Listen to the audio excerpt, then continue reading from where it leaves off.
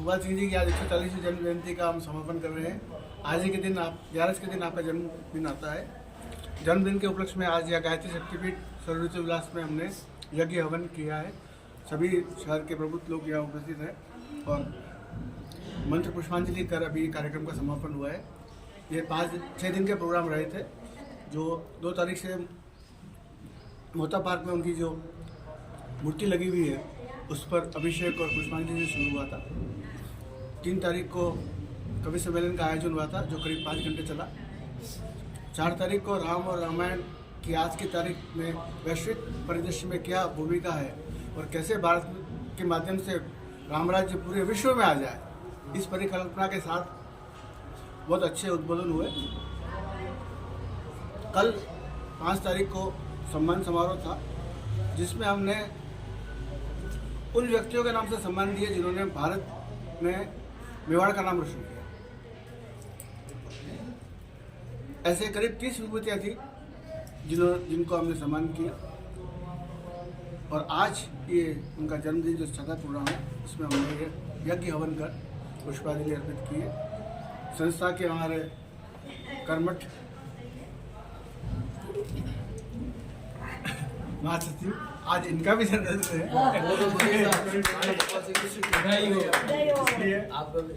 अब मैं इनके वक्तव्य के लिए बाद में गणेश लाल जी और देवेश साहब भी अपना वक्तव्य देंगे, अपनी मनोकामना जो है वो प्रस्तुत करेंगे।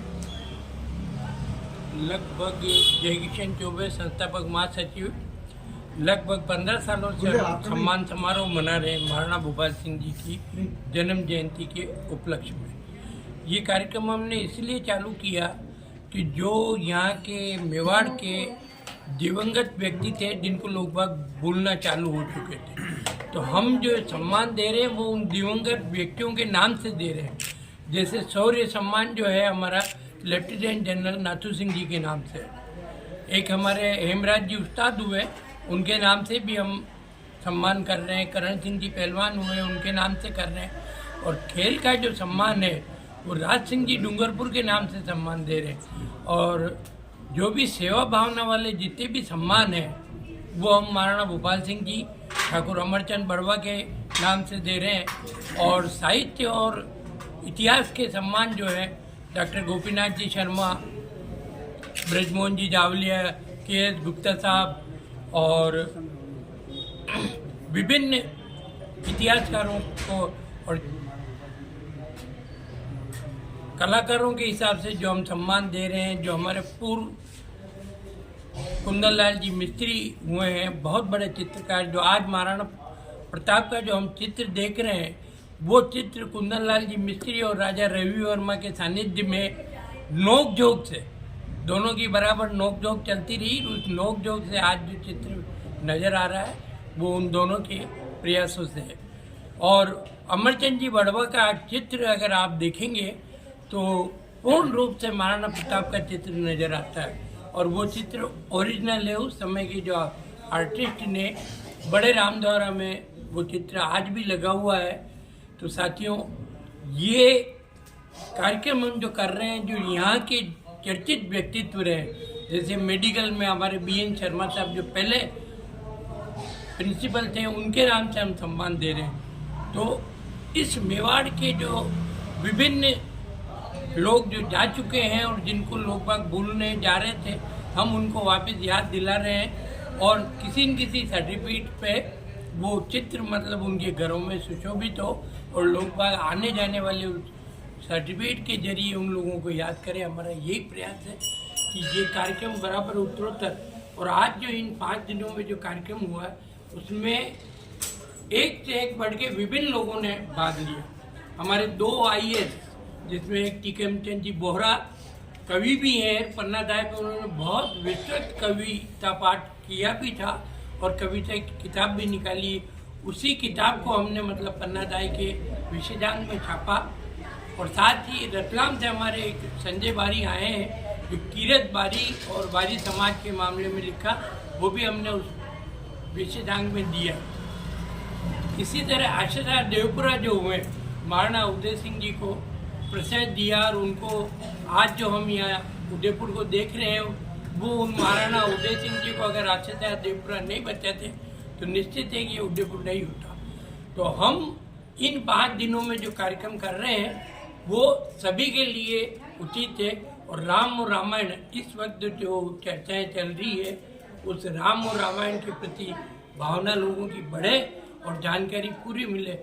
विश्व में राम का क्या महत्व है ये सारा चर्चा के माध्यम से डॉक्टर बीपी शर्मा साहब, डॉक्टर सुरेंद्र जी द्विवेदी साहब और अन्य लोगों ने, टीकम चंद जी बोहरा, श्याम सुंदर जी, राजपुरोहित साहब, इन सभी ने मतलब विस्तृत जानकारी दी।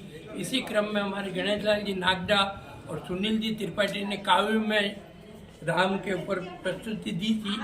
तो हम ये जन जागरण कर रहे हैं और आज जो हम यहाँ समापन जो किया है ये महाराणा गोपाल सिंह जी की महारानी जी ने ये जगह दी थी गायत्री शक्ति पीठ के लिए। तो ये समापन का कार्यक्रम गत 3 वर्षों से यही करते हैं। और चूंकि आज मेरा भी जन्मदिन है, महाराणा गोपाल सिंह जी का जन्मदिन लिया है और लेना ही नहीं, महाराणा गोपाल सिंह जी ने अपना जो निजी जेब खर्च था जिसको कलमदान का खर्च किया जाता था, उस कलमदान के खर्च में बचत करके और जो जैसे अपनी बेटी को वहाँ से विदा करते हैं और उसका सारा खर्च अगर पिता उठाता है, उसी अनुरूप महाराणा गोपाल सिंह जी ने खर्चा उठाया था। और मेरी मदर तो कहा करती थी कि तेरे जन्मदिन पे महाराणा साहब के यहाँ से 1 पीपा घी का आया। तो वो जो महाराणा साहब ने खर्च किया वो कहीं न कहीं आज बोल रहा है और बोल रहा है। इसकी परिणति ये है कि हम उनका जन्मदिन आम जनता के बीच मना रहे हैं, उनसे प्रेरणा ले रहे हैं। वो इस मेवाड़ के दानवीर करण थे और ये प्रेरणा सभी को लेनी चाहिए, दान देते रहना चाहिए, जिससे जनजीवन में एक जागृति उत्पन्न हो और जनजीवन आगे बढ़े, प्रेम सौहार्द बढ़े। धन्यवाद। जय। हमारे बीच निम्बार्क के पूर्व प्रिंसिपल जय साहब बिरादर हैं। निम्बार्क ने भी मेवाड़ में महाराणा के सानिध्य में बहुत अच्छा शिक्षण का काम किया। गुरुदेव आप अपनी। जी गुरुदेव, मैं ये बहुत अच्छा अवसर है तो मैं अपने आप को रोक भी नहीं पा रहा हूँ। और विमल जी के प्रति मैं और हमारे भाई साहब जय किशन जी चौबे साहब के माध्यम से 2 बातें इस अवसर पर मैं जरूर कहना चाहूँगा। माँ गायत्री की कृपा से क्या नहीं हम प्राप्त कर सकते हैं, उसका प्रत्यक्ष उदाहरण हमारे सामने।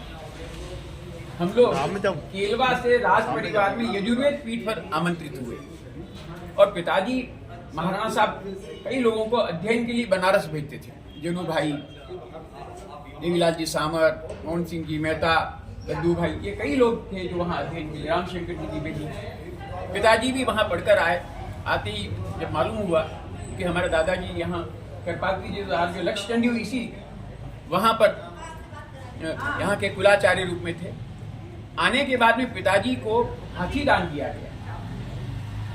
कोई न कोई मनोकामना रही होगी गोपाल सिंह जी महाराज साहब की, और उन्होंने उस कार्य की सफलता के लिए स्वयं गायत्री पुरस्चरण किया और उसके प्रतिदान स्वरूप उन्होंने 10.5 बीघा जमीन आदर्श विद्या मंदिर के नाम से दी। और वहां पर 50 बच्चे जिनके कोई आश्रय नहीं था वहां पर पले बड़े, और सांख्यिकी अधिकारी भारत सरकार तक कई बच्चे यहाँ। तो मतलब गायत्री का ये प्रभाव है। और ये माँ गायत्री ने ही मुझे विमल जी और भाई साहब चौबे साहब के माध्यम से, यहाँ नागदा साहब के माध्यम से यहाँ आने का, इंद्र सिंह जी खास करके मुझे वापस याद दिलाया, भैया कहाँ हो, प्रतीक्षा कर रहे हैं, आओ।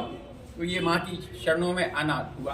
अब मैं ये एक बात निवेदन करता हूँ, भले व्यक्ति हम कम है कोई बात नहीं, लेकिन एक संदेश ये जाना चाहिए कि हम छोटे बच्चों को जब इस चीज से जोड़ेंगे तो घर में आजकल ये है कि बच्चे कहना नहीं मानते, तो हम बच्चों को महीने में एक बार, हालांकि मैं भी क्षमा प्रार्थी हूँ, मैं स्वयं भी नहीं आ पाता हूँ, लेकिन हमारे बच्चों में आज वो संस्कार है। तो हम छोटे छोटे बच्चों को यहाँ लाए, भले एक विजिट ही कराएं, 9 बार गायत्री मंत्र वो श्रवण करें, तो वो सारे उनके संस्कार अच्छे होंगे। तो गायत्री एक चाबी है, भगवान देवाधिदेव तरफ विराजमान है, लेकिन उनके पास जाने का रास्ता जो बंद है, तो गायत्री ही वो चाबी है जिसको खोल करके हम वहां तक जा सकते हैं। आज चौबे साहब और विमल जी जो कुछ कर पा रहे हैं, यही पुण्य प्रताप है। मैं एक बार पुनः जन्मदिन की बधाई देते हुए, सर्वे भवन्तु सुखिनः, सर्वे सन्तु निरामया, सर्वे भद्राणि पश्यन्तु मा कश्चित् दुःख भाग्भवेत्, क्षीर वर्चस्व आयुष्यमारोग्यमाविधात्, पवमानं मीयते धान्यं धनं पशुपुत्र लाभं,